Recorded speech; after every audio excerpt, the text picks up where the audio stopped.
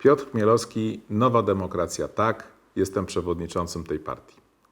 Proszę Państwa, bardzo wielu naszych członków, jak również wiele osób nie zajmujących się polityką, zastanawiało się przez bardzo długi okres czasu, co zrobić, aby doprowadzić do delegalizacji partii Prawo i Sprawiedliwość. Otóż wszyscy Państwo wiecie, że Prawo i Sprawiedliwość jako partia rządząca od 6 lat w naszym kraju doprowadziła nasz kraj w pewnym sensie do śmieszności, jeżeli chodzi o relacje międzynarodowe. Praktycznie z każdym krajem jesteśmy skłóceni na dzień dzisiejszy. To, co się dzieje wewnątrz kraju, te podziały, które dotykają praktycznie wszystkich i wszędzie, a już najgorsze to, że dotykają rodzin w ich wnętrzu, powoduje, że ludzie zastanawiają się, co zrobić, żeby tego typu formacja, faszyzująca formacja, została na zawsze zdelegalizowana. Otóż okazuje się, proszę Państwa, że jest to zadanie bardzo trudne.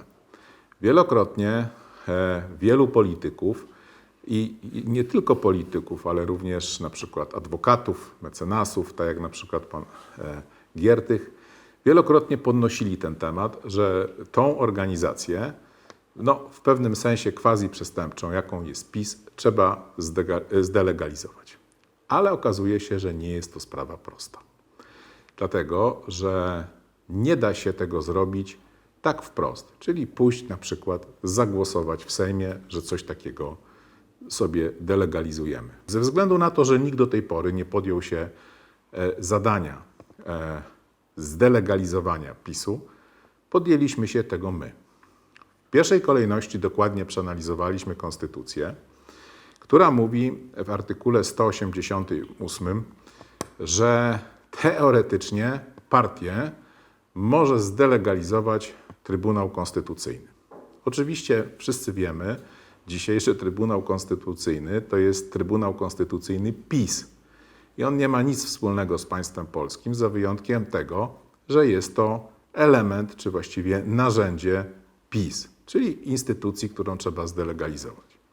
Jednak my podjęliśmy trud i wyzwanie i złożyliśmy wnioski do tych jeszcze prawie niezależnych instytucji, takich jak NIK i Rzecznik Praw Obywatelskich, aby korzystając z artykułu 191 Konstytucji wystąpili do Trybunału Konstytucyjnego z wnioskiem o delegalizację partii PiS. Oczywiście uzasadnienie znajdziecie Państwo, jest bardzo długie, na naszych stronach internetowych. Do lektury oczywiście Państwa zachęcam. Nie mamy żadnych złudzeń. Nawet jeżeli Rzecznik Praw Obywatelskich czy prezes NIK-u odważy się skierować wniosek w naszym imieniu do Trybunału Konstytucyjnego, to albo ten wniosek gdzieś przepadnie w jakiejś tam zamrażalce czy koszu, mówmy się, tego Trybunału, albo oczywiście Trybunał nie będzie rozpatrywał pomyśli osób, które ten wniosek złożyły. Dlatego drugą, wydaje mi się znacznie skuteczniejszą i pewniejszą metodą, chociaż też nie do końca pewną, jest metoda zbierania podpisów i wystąpienia z wnioskiem referendalnym do Sejmu. Otóż można przeprowadzić referendum, które będzie skutkowało tym, oczywiście jeżeli obywatele zagłosują za, że partia Prawo i Sprawiedliwość przestanie istnieć. To znaczy zostanie zdelegalizowana. Ale aby to można było zrealizować, w pierwszej kolejności trzeba uzbierać 500 000 podpisów i tutaj zwracamy się do wszystkich i bardzo prosimy, żebyście Państwo się zaangażowali, jeżeli oczywiście chcecie zdelegalizować Prawo i Sprawiedliwość. Drugim zadaniem, to zadanie oczywiście będzie spoczywało na nas, a właściwie na mnie, jest zaniesienie potencjalnie zebranych 500 000 podpisów do Kancelarii Sejmu i z wystąpienie do marszałka Sejmu pani Witek z taką inicjatywą. Przypuszczam, że będzie pani Witek miała w pewnym sensie ubaw, dlatego że będzie musiała prędzej czy później na przestrzeni 3 miesięcy poddać tego typu wniosek pod głosowanie. I tutaj